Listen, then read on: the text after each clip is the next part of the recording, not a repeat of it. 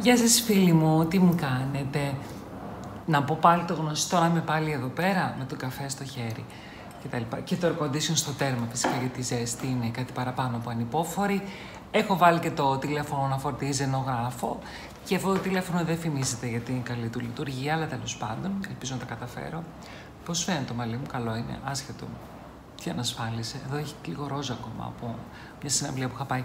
Λοιπόν, εδώ είναι κόκκινο λιγάκι. Έβγαλα τα φρύδια μου και δεν έφυγε τέλος πάντων. Η μηχανή όλα τα γράφει. Η κάμερα.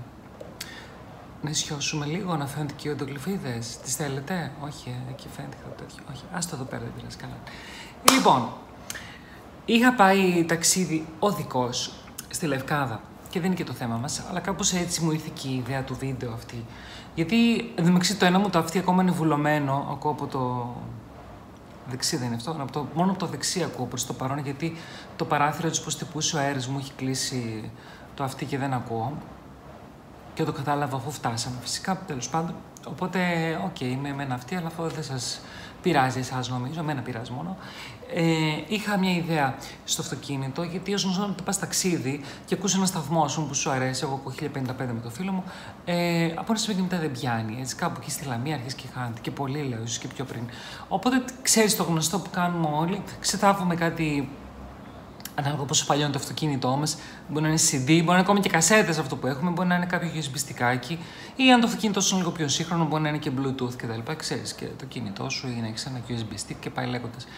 Και έτσι κάπως μου ήρθε λίγο η ιδέα και σκεφτόμουν, είχαμε ένα kit, ξέρεις, αυτά που βάζεις στον αναπτήρα, που μετατρέπει τη συχνότητα του ραδιοφώνου, όποια θέλεις εσύ, σε σήμα Bluetooth ή η μνήμη που έχει μέσα, τα τραγούδια που έχει μέσα.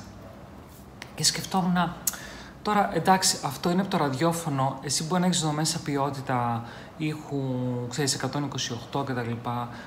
Καλή ποιότητα CD, αλλά λογικά αυτό υποβαθμίζεται λόγω του ραδιοφώνου, οπότε η απόδοση δεν είναι αυτή που βγαίνει πραγματικά, είναι η απόδοση η ανώτερη που μπορεί να παρέχει το ραδιόφωνο. Και κάπου εκεί μου ήρθε ένα μεγάλο flashback. Και θυμήθηκα όταν ασχολιόμουν με ήχο, γιατί μου άρεσε πολύ η επεξεργασία του ήχου, που υπήρχε, ρε παιδί μου, υπήρχαν κάποια στάνταρτ στα frequencies, στις συχνότητες που μπορούσες να διαλέξεις όταν επεξεργαζόσουν κάποιον ήχο. Θυμάμαι τότε, δηλαδή, τι θέλω να πω, τα CD ήταν σε 44 Hz, από εκεί ξεκίνησε όλο αυτό, κοίτα τώρα σκεπτικό. Το CD ήταν 44 Hz, το ραδιόφωνο, η απόδοση του, αν θυμάμαι καλά, τουλάχιστον τότε που ασχολιόμουν εγώ με τον ήχο, τότε γύρω στα 90s με αρχές 2000, ήταν στα 22 Hz. Και έκανα αυτό το σκεπτικό. Άρα αυτό μπορεί να έχει μέσα MP3 ή οτιδήποτε άλλο με ποιότητα 44 Hz, αλλά λόγω ότι βγαίνει μέσα από το ραδιόφωνο, η ποιότητα του πρέπει να είναι υποβαθμισμένη στα 22 Hz. Και εκεί μου ήρθε ένα μεγάλο flashback, έτσι που λες, και λέω, δεν κάνω μια αναπόλυση γύρω από αυτό το θέμα, που κάποιοι μπορεί να μην τους φαίνει και πολύ ενδιαφέρον. Δηλαδή, λίγο την εποχή του MP3, του WAV, του PCM, τα θυμάσαι λίγο αυτά. Γιατί να μην τα ξεθάψουμε λιγάκι. Και είπα έτσι λιγάκι να σκεφτώ, να δοκιμάσω να κάνω τέτοιο βίντεο, αλλά μπορεί να μην φάνει και πολύ ενδιαφέρον σε κάποιους.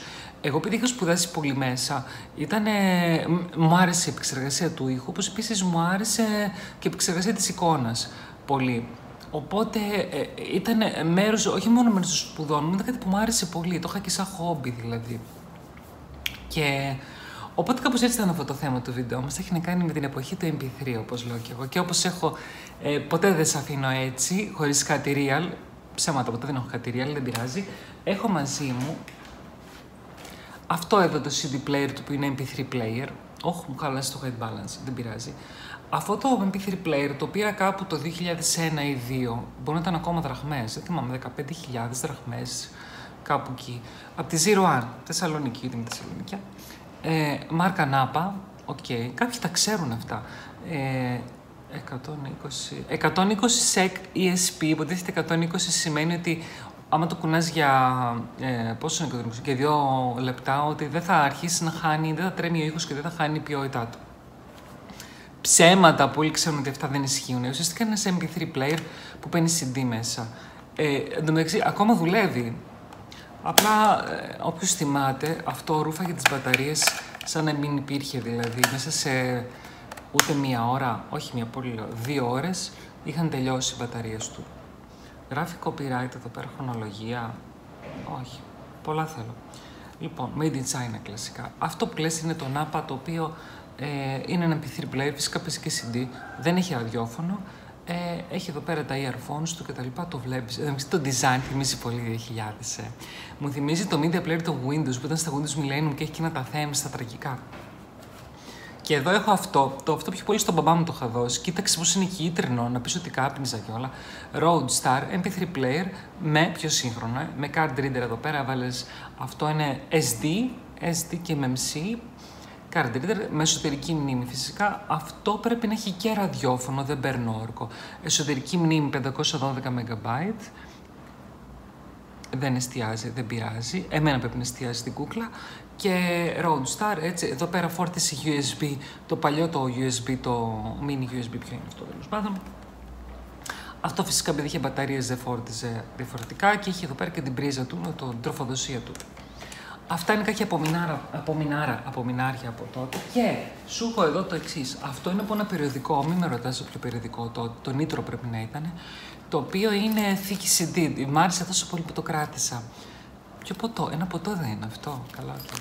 Και έχει εδώ πέρα κάποια συντάκια. Εγώ δεν θα σου δείξω τα CD ακριβώς, αλλά βρήκα το CD των drivers της κάρτας ήχου που αναφέρω στο προηγούμενο μου βίντεο, τη ρετρό αναπώλησης, για τους πόσους υπολογιστές πέρασαν από τα χέρια μου. Ελπίζω να μην σβήσει το τηλέφωνο, γιατί το έχω όπως είπα πριν στη φόρτιση. Να το βρήκα. Εδώ, ο Audacity της Sound Blaster 2ZS. Αυτή την κάρτα ήχου είχα τελικά και έχω κρατήσει τους drivers, το CD. Εδώ, 24-bit ήχος και δεν ξέρω τι. Είχε ένα DVD νομίζω δείγμα, το οποίο ήταν DVD ήχου. Και ήταν δείγμα, ρε παιδί μου, και το βάζεις τώρα και καταλάβαινες διαφορά στην ποιότητα του ήχου. Κάνεις εδώ το Windows 10. Δεν με ρωτάς τι δουλειά έχει εδώ. DVD μάλλον είναι. Και τέλος πάντων, ας μπούμε λίγο στο ρεζουμέ. Έχω αυτά τα 2-3 πανέλια που τα κρατάω. Δεν ξέρω τι θα τα κάνω, τα κρατάω. Εγώ θυμάμαι τότε που είχα τον 486. Ωραία, έχει η κάμερα να παίζει από τώρα, ακόμα δεν ξεκίνησα να γράφω. Που είχα τον 486, ήταν κάπου το 96 και τότε θυμάμαι άρχισαν να μου μιλάνε για το MP3. Να μου λένε για το MP3, το και στο MP3 και έχω τόσα τραγούδια, χωράνε τόσα τραγούδια σε ένα CD και δεν ξέρω εγώ τι. Και έλεπα ότι όταν προσπαθούσα να ακούσω MP3 που μου δίνανε φίλοι μου, τρεμόπαιζε ο ήχος, δεν μπορούσε να αποδώσει. Θυμάμαι ότι δεν μπορούσε να αποδώσει στα 44 Hz 128. Δεν μπορούσε. Νομίζω υπήρχε μια επιλογή στο Winamp τότε να κάνεις downstream κάτι τον ήχο και να ρίξεις την ποιότητα. Το output μάλλον. Μπορούσε να βάλεις μονοφωνικό output ή να ρίξεις το bitrate, κάτι τέτοιο και να ακούσεις και εσύ στο σαραβαλάκι σου το MP3 σου. Βέβαια αυτά αργότερα ξεπεράστηκαν εννοείται στα 2000, αλλά τώρα μιλάω για πριν το 2000. Η αλήθεια είναι ότι δεν έψαξα την ιστορία του MP3 και πότε βγήκε. Αλλά οκ. Και το θέμα είναι τι, εγώ όταν άκουσα MP3 δεν λέω τώρα τι λένε αυτοί. Ήξερα το JPEG από τις φωτογραφίες, ξέρεις, που είναι το αρχείο συμπίεσης κτλ. Η μορφή συμπίεσης του JPEG. Συγγνώμη, να το τηλέφωνο μου, μια ειδοποίηση έχω. Καμία ειδοποίηση, ωραία, τέλεια. Οπότε από εκεί λίγο είχα ακούσει το MP3 και το MPEG, ξέρεις, από τα βίντεο κτλ. Και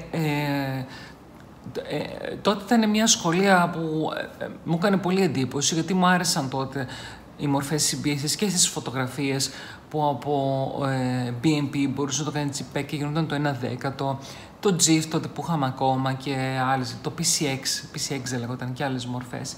Έτσι θυμάμαι και τα web, τα αρχεία, τότε που είχαμε και τα CD, audio CD, όπου αν έκανες extract ένα αρχείο ήχου, από ένα audio CD σε WAV, σε CBS μορφή, θυμάμαι ότι ήταν 1 λεπτό 10 MB. Και έλεγες εσύ τι είναι αυτό, τι τέρας είναι αυτό. Βέβαια, το καλό είναι ότι τότε το WAV που ήταν εντελώς CBS τα παίζανε κιόλα, χωρίς να χρειάζεσαι καλό υπολογιστή τα WAV, γιατί ήταν μια αυτούσια μορφή. Νομίζω ότι ήταν και με τα PCM. PCM δεν ήταν και εκείνα, μορφή ήχου. Ποια είναι τα αρχικά τους, Way from... PC νομίζω είναι από το ένα έχει Microsoft μέσα. Τώρα τα έχω ξεχάσει γάμο του. Τέλος πάντων, και ας προχωρήσω λίγο περισσότερο. Και θυμάμαι ότι όταν προσπάθησα, είχαμε βρει MP3 codecs. Αχ, τότε παιδιά, τώρα ένα μου έρχονται έτσι, τα βίντεο ποτέ δεν έχουν συνοχή. Όταν είχαμε τότε τα 95 και τα 98, νομίζω και στα 95, στα 98 δεν ξέρω. Στα 95 μάλλον δεν υπήρχε ενσωματωμένο σε MP3 codec. Και όταν επέλεγες διπλό κλικ ένα αρχείο MP3 που σου δίναν κάποιοι φίλοι, δεν έπαιζε. Ζητούσε κάτι, αν το βάζεις στον media player, δεν έπαιζε. Σου λέει δεν αναγνωρίζει αυτό το codec. Και υπήρχε τότε αυτό το MP3 codec, πώς λεγόταν μια εταιρεία, FAU, κάτι, θα την ψάξω να την αναρτήσω, FAU, κάτι με F δεν ήτανε. Έλα ρε εσύ πια. Τέλος πάντων, δεν μου είχε τώρα, αλλά κατάλαβες πια, αλλά θα την βάλω στο βίντεο. Όπου έπαιρνε να εγκαταστήσεις τον codec, τον MP3 codec. Εντάξει, λογικό είναι όπως όλοι οι codecs. Στην αρχή έπαιρνε να τους περάσεις, ας πούμε, στα Windows τότε τα 98, τα 95 και πάει λέγοντας, για να μπορείς να ακούσεις σε ήχο MP3. Βέβαια, θυμάμαι τότε είχα αρχίσει να ασχολούμαι με την επεξεργασία ήχου και το Cool Edit. Το αγαπημένο του Cool Edit, το πολύ πρώτο, τη Synthelium, αν τη λέω σωστά, κάπου το 96-97 που ήταν και shareware. Γιατί το λέω ότι μ' άρεσε πολύ? Μ' άρεσε πολύ το audio capture. Μ' άρεσε να παίρνω ήχους, δίσκους βινιλίου, να τους συνδέω στο audio in του υπολογιστή και να κάνω καταγραφή ήχου. Ήταν κάτι που μου άρεσε, να βλέπω και την κύματομορφή, ξέρεις, τα chip που κάνουν τα κύματομορφές από τα βινίλια κτλ. Ήταν κάτι το οποίο μου άρεσε εμένα πολύ. Αυτή η όλη επεξεργασία ήχου, μου άρεσε η επεξεργασία του ήχου. Και θυμάμαι ότι ήταν το Cool Edit. Όχι το Pro, πριν από εκείνο, ήταν κάπου το 96-97, shareware τότε δωρεάν. Ξέρεις, τα shareware όταν ξεκινούσανε, σου βγάζανε μια logo screen και έλεγε πάτησε το 1. Είχε 1, 2, 3. Σε καθυστερούσαν 3, 4, 5 δευτερόλεπτα. Αλλά κατά άλλα ήταν πλήρως λειτουργικό το πρόγραμμα. Και μπορούσες, όταν έκανες capture ήχο, τότε ήταν που τα άμαθα και όλα. Διάλεγες τα Hz, 44 Hz, 22 Hz και έλεγες CD quality, radio quality, δεν ξέρω εγώ τι. Και θυμάμαι που καθόμουν και έγραφα δίσκους βινιλίου, 44 Hz, και υπήρχε μετά στα 16 bit, προφανώς όχι 8 bit, και θυμάμαι μετά που μπορούσε να κάνεις save as και αφού έχεις εγκαταστήσει το MP3 codec, να το κάνεις MP3 και να διαλέξεις τη συμπίεση που ήθελες και αυτά. Και όλα αυτά τα έκανα στο 486. Άκου τώρα πώς την πάλευε και αυτό το μηχάνημα μαζί μου. Στο Cool, δηλαδή το πρώτο εκείνο, το 1, ξέρω εγώ, όχι το Pro. Και καθόμουν και έγραφα δίσκους βινιλίου έτσι. Και είχε τώρα την επιλογή, καλά, φυσικά περίμενες πολλές ώρες, δεν θυμάμαι πόσες, και μπορούσες και συμπίζες αρχείο στο 1/10 και έλεγες «Wow, τι είναι αυτό ρε παιδί μου». Και ενώ το WAV σου βγάζε 10 MB το λεπτό, το MP3 σου βγάζε 1 MB περίπου το λεπτό στην καλή ποιότητα του CD, που ήταν έτοιμα τα προφίλ, τα θυμάστε, έτοιμα τα προφίλ που έλεγε CD quality, ξέρω εγώ, radio quality. Το θυμάμαι ήταν 44 Hz, 128 kilobit, 16. Και τότε αν είχες ένα τραγούδι, ας πούμε, 4 λεπτά, ήθελε περίπου... Έγινε μια μικρή διακοπή κλασικά με το κινητό μου, δεν ξέρω γιατί, αλλά δεν πειράζει, συνεχίζουμε. Και αυτό είχε επιλογή προφίλ 44 Hz για παράδειγμα, το CD Quality 16 bit και 128. Και στο 486 φυσικά αυτό παίρνε πολλή ώρα για να γίνει η κωδικοποίηση και να στο γράψει. Αλλά δεν ήταν μόνο αυτό το θέμα, ήταν ότι μετά για να το παίξεις, ειδικά τότε το Winamp, δεν μπορούσε στο 486 να παίξει, έκανε πολλά κενά. Έκανε έτσι ακουγόταν, ήταν τόσο δύσκολο. Μετά ανακάλυψε τα 96 kbps, όπου μπορούσες να... υπήρχε μια μικρή απώλεια στα πρίμα, το θυμάμαι αυτό, αλλά ο ήχος μπορούσε το αρχείο μπορούσε να παίξει το 486 τότε. Μικρές λεπτομέρειες που εγώ καθόμουν και περνούσα ώρες σε αυτά. Και δεν θα κρύψω ότι είχα κάψει και την κάρτα ήχου μου από αυτό, γιατί πρέπει να είχα δώσει πολλή ένταση στην είσοδο του ήχου και μου είχε καεί η κάρτα ήχου. Νομίζω στο Celeron είχε καεί. Τέλος πάντων, μου είχε καεί κάποια κάρτα ήχου τότε. Όχι η Sound Blaster, φυσικά κάποια άλλη είχε καεί. Και έπρεπε να την αντικαταστήσω. Είχε μείνει μουγγί, είχε εξαφανιστεί, δεν υπήρχε δηλαδή καν.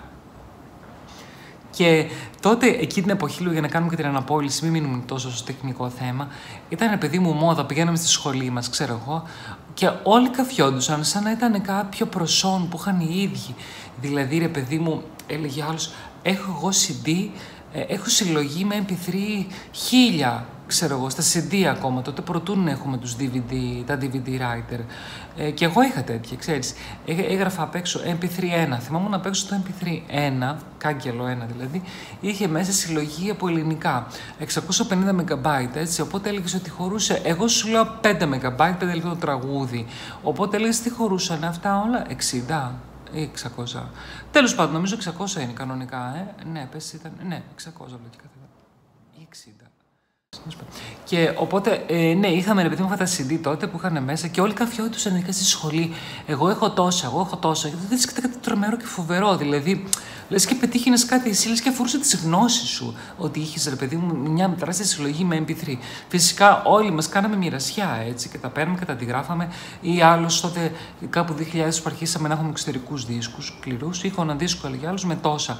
Αργότερα αυτό έγινε και με τις ταινίες που πλέον έλεγες: έχω ένα σκληρό δίσκο με τόσες ταινίες μέσα. Γιατί ακόμα το ίντερνετ δεν ήταν και τόσο πολύ ακόμα ρε παιδί μου προσβάσιμο. Είχαμε βέβαια την dial-up, αλλά δεν είναι καθώς να ακούσεις, να κάνεις streaming ας πούμε, τραγούδια κτλ.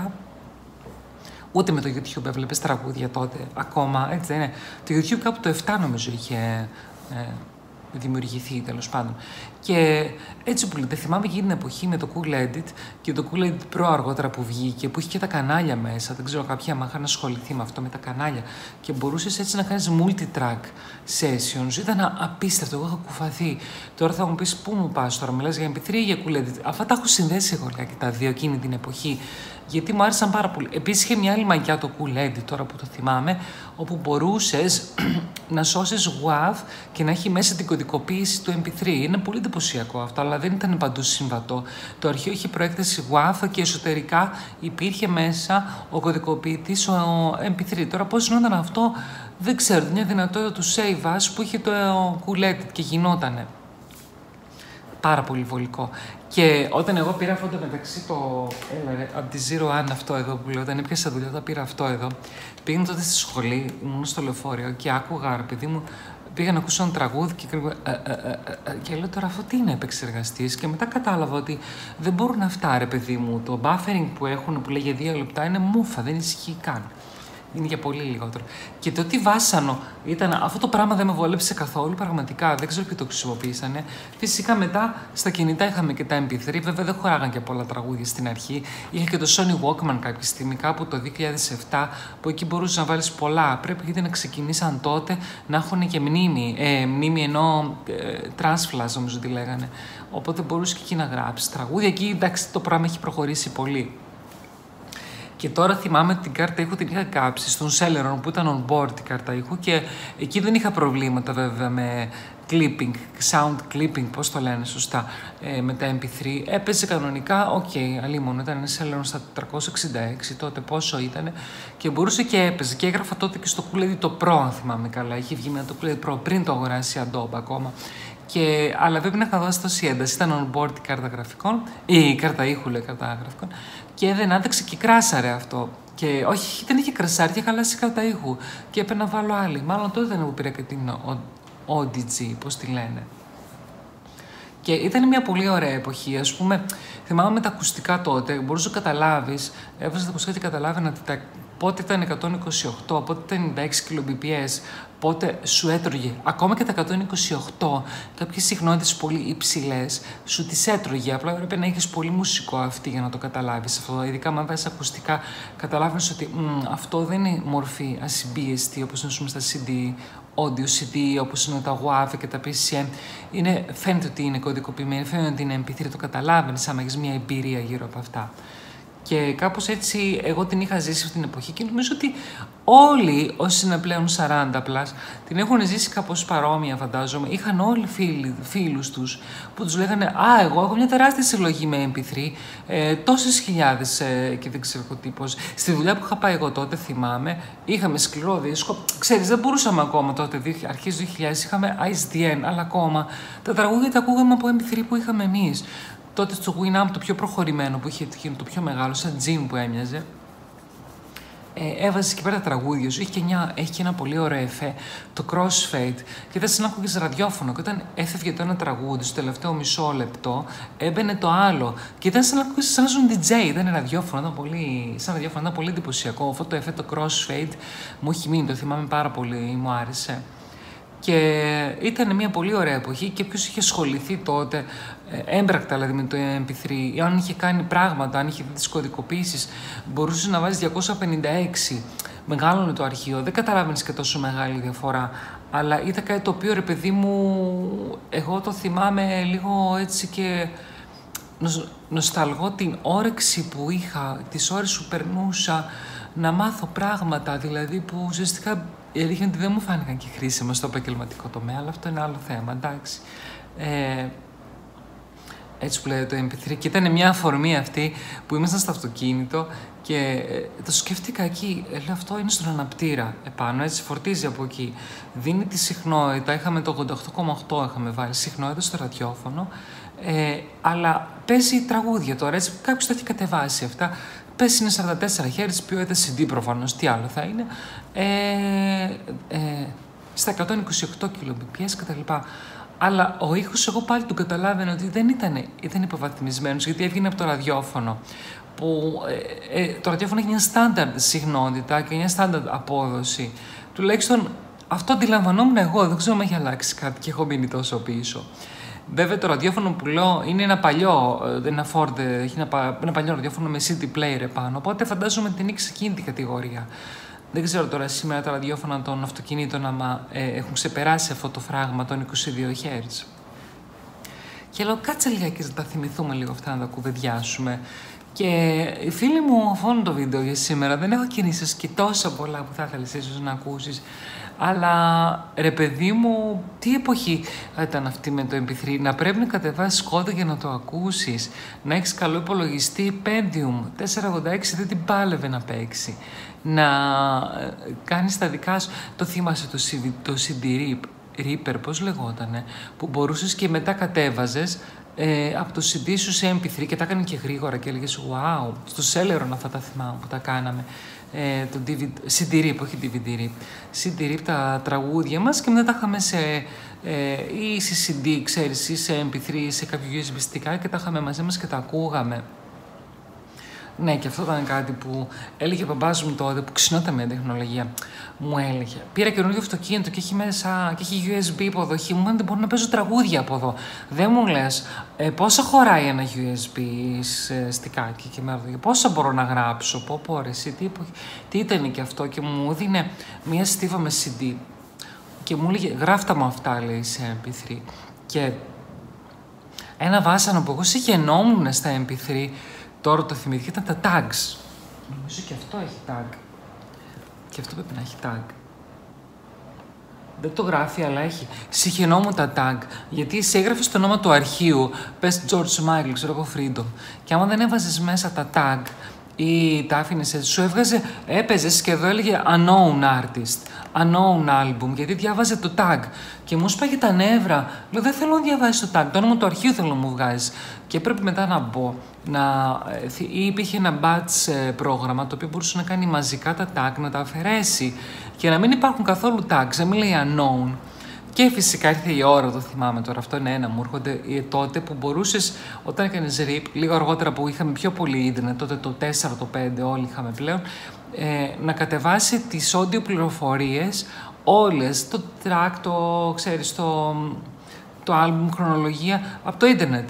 Και οπότε μπορούσες να κάνεις CD rip, audio rip τέλος πάντων και να έχεις μέσα τις πληροφορίες άμεσα. Βέβαια αυτό είχε προϋπόθεση το CD να ήταν γνήσιο, αν θυμάμαι καλά. Δεν έπιανε στις κόπιες ή στις συλλογές, τις άγνωστες, προσωπικές. Δεν μπορούσε, δεν ήταν Shazam αυτό να μπορούσε να αναγνωρίσει. Τι τραγούδι είναι αυτό, όπως τώρα πλέον είσαι σε ένα μαγαζί, σε ένα κλαμπ, πατάς και το κουμπί του Shazam σου το αναγνωρίζει. Αλλά ήταν και αυτό μια καλή φάση. Τότε ήταν και ο Windows Media Player, τότε περίπου στα Millennium δεν ήταν αυτό που το είχε συμπεριλάβει, που μπορούσε να κάνεις rip το CD σου και διάβαζε από το Ιντερνετ κατευθείαν τους τίτλους κτλ. Άνοιγες μια καλή γραμμή κτλ. Και άμα το CD σου ήταν γνήσιο. Και οπότε μας έλυνε και αυτό λιγάκι τα χέρια, αλλά μέχρι τότε αυτό με τα tags που έπαιρνα κάθομαι να τα σβήνω, γιατί κάποιες φορές μόνο του δεν υπήρχε επιλογή, σου περνούσε ρε παιδί μου tags και έπαιρνες εσύ μετά αυτό ή στο αυτοκίνητό σου ή δεν ξέρω εγώ πού άκουγες και σου έλεγε unknown artist. Μα εγώ λέω έχω το όνομα του αρχείου, γιατί unknown artist, αλλά unknown artist. Και τώρα που το θυμήθηκα, τότε καθόμουν και έγραφα χαζή ελληνικά τραγούδια με ελληνικά ονόματα αρχείων.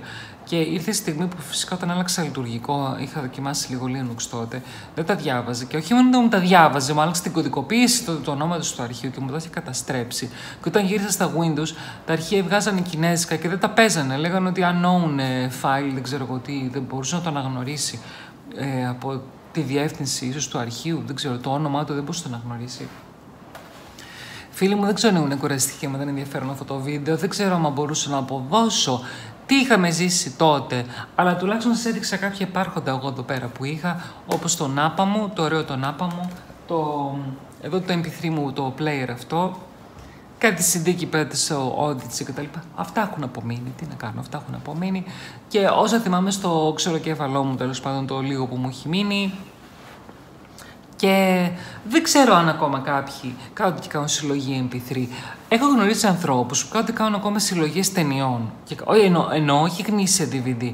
Κάθονται και κατεβάζουν ταινίες με τα subtitles του κτλ. Ενώ μπορούν να τα δουν άμεσα τώρα. Τώρα αυτό πάλι είναι λίγο εκτός θέματος, αλλά δεν μπορώ να φανταστώ να κάθομαι να κατεβάζω πλέον πράγματα. Δηλαδή, από τη στιγμή που έχει ίντερνετ και παντού κτλ. Αλλά κάθε άνθρωπος λειτουργεί με τον δικό του τρόπο και δεν ξέρω, ίσως για λόγους νοσταλγίας θέλουν κάποιοι ακόμα να έχουν τις συλλογές τους, τα MP3 τους και τις ταινίες τους και δεν ξέρω εγώ τι, Σαν πως είμαστε σε ρετρό κανάλι, οπότε κάπου το καταλαβαίνω αυτό να θέλεις να το κάνεις. Εγώ δεν το κάνω γιατί είμαι και πολύ χαοτική και άμα το κάνω η συλλογή μου δεν θα είναι η συλλογή, θα είναι ένα χάος, δεν θα βγει άκρη και θα έχουμε άλλο πρόβλημα τέλος πάντων. Αυτά, ελπίζω δεν με φάνηκα πολύ κουραστική, να έχει λίγο ενδιαφέρον αυτό το βίντεο με τα MP3. Σαφώς και πολλοί θα έχετε ζήσει πολλά περισσότερα πράγματα και θα έχετε κάνει πολλά περισσότερα με MP3 από ό,τι έχω κάνει εγώ, φαντάζομαι δηλαδή. Και θα τα πούμε σε ένα άλλο βίντεο. Να είστε καλά, bye!